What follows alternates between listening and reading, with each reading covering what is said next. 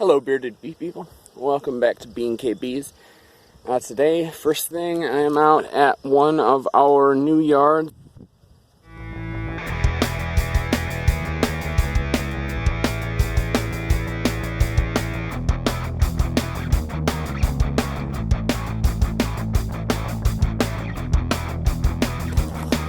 Alright, so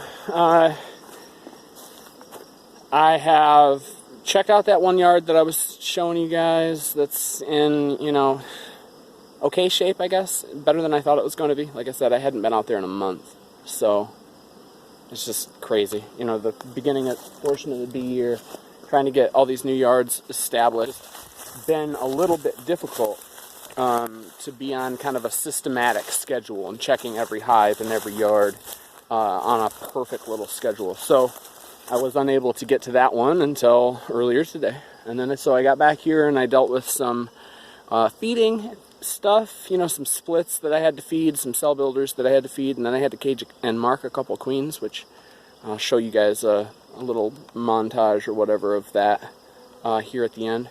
But I figured let's check out, see what's going on with the swarm that ruined the video. I don't even have a hive tool in my hand, so I don't know how much inspection we'll be able to do.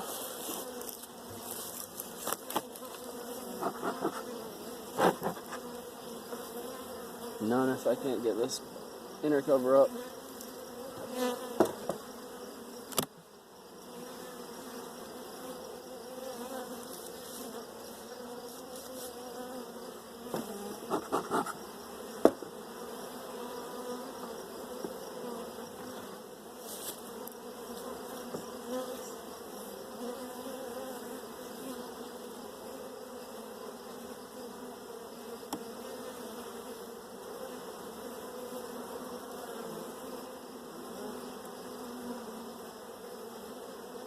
Food, colorful bee bread, queen cup.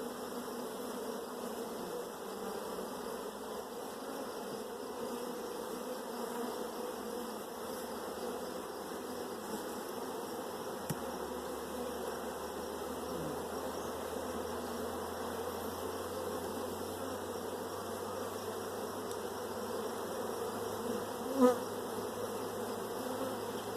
few eggs.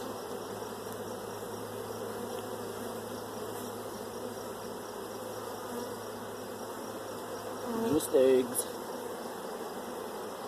Wonder if this is an after swarm, secondary swarm that I caught.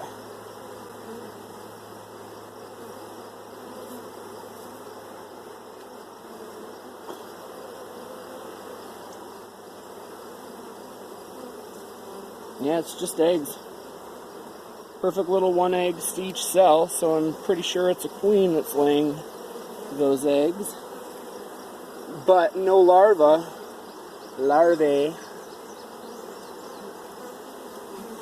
which means she took a while to get laying, which means she might have been a virgin when I caught that swarm. I don't know. And if she was a virgin, then that was likely a secondary swarm. And honestly, I can't figure out, or I could not even venture a guess as to why, if she was a mated queen on that day, which was 10 days ago, 8 days ago, 9 days ago, something like that. I couldn't figure out any reason why there wouldn't be a bunch of larvae in there. So, chances are, I missed a larger swarm that's, I don't know, somewhere causing some trouble.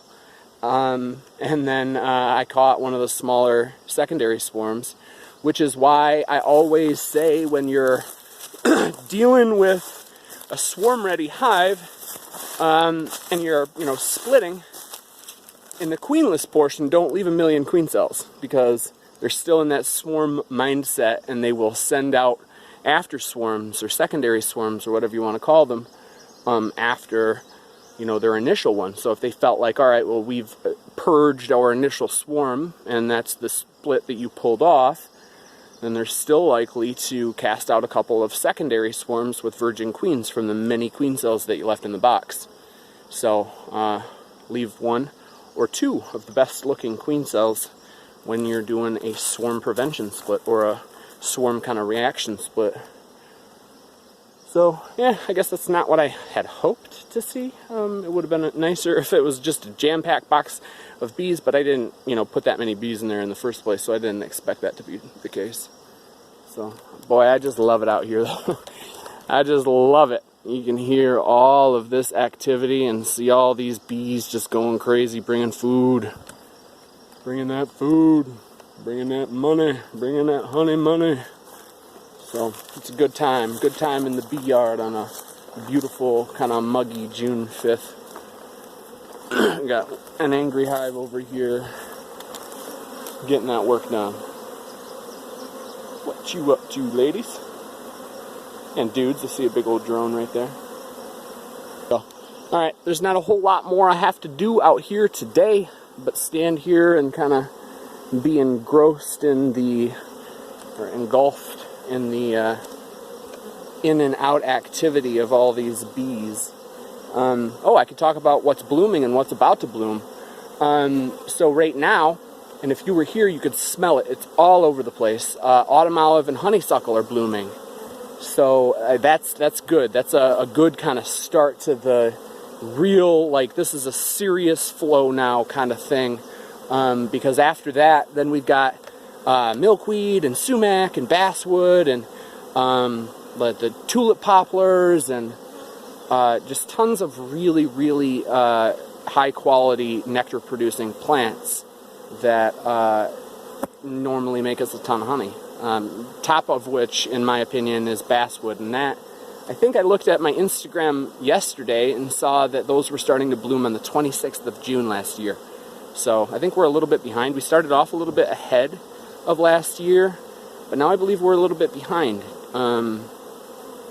Either way, though, in a couple weeks, those basswoods will be popping, and I hope to have all of these doubles with a triple box on by then, with a honey box on by then, because I'll largely be done pulling bees from these or any hives at that time. So yeah, get your bees built up. If you want to plan on putting some honey away, you'll really want to have, some drawn honey equipment on your bees now or within the next week or two. So yeah, the honey portion of the year is commencing, and I'm happy about that. Honey is kind of a liability, and it's it's definitely a hard project. It's always a very difficult process, extracting honey, but it's a good money maker. It's delicious. I mean, every single year I say that the best honey I've ever tasted is the honey that I extracted most recently.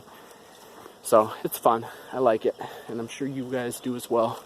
I wanted to show you some autumn olives. A big ass autumn olive bush right here. It's invasive, and people say a lot of things about it for that reason, and I get it. I totally get it. Obviously, the ideal situation would have been to keep everything the way it was, but then humans come along with trucks and airplanes and ruined everything. And so yeah, now we've got autumn olives freaking everywhere, and a lot of people don't like them. I think they're the most beautiful smelling plant that I've ever smelled in my life when they're blooming, and the bees really, really like them. And then now we've got what looks like a monarch butterfly over there, but I don't think the monarchs are adults yet. It might be. I don't know anything about butterflies. Either way, there's a butterfly up there, another pollinator up there, hanging out on the autumn olive. So, say what you will about invasive plants, but I'm cool with the autumn olives. So, yeah. Thanks for watching, guys.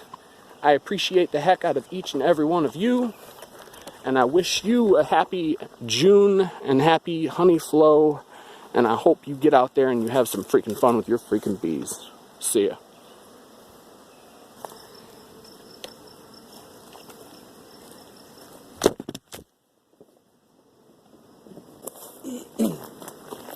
Boy, that's exactly what I like to do right before I open up a hive, is just smash a camera right onto the top of it. The bees just love it. They're so happy to see